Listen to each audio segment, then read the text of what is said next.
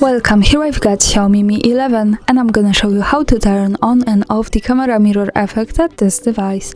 So at first we have to tap on the camera button to open it, and for now we are in the standard photo mode with the back camera. To get access to the mirror effect we have to change back camera to the front one. Let's do it by tapping on this button from the right. So hi again, and now let's move to the right corner to this button. When we tap here, we get access to more options about the camera we can manage.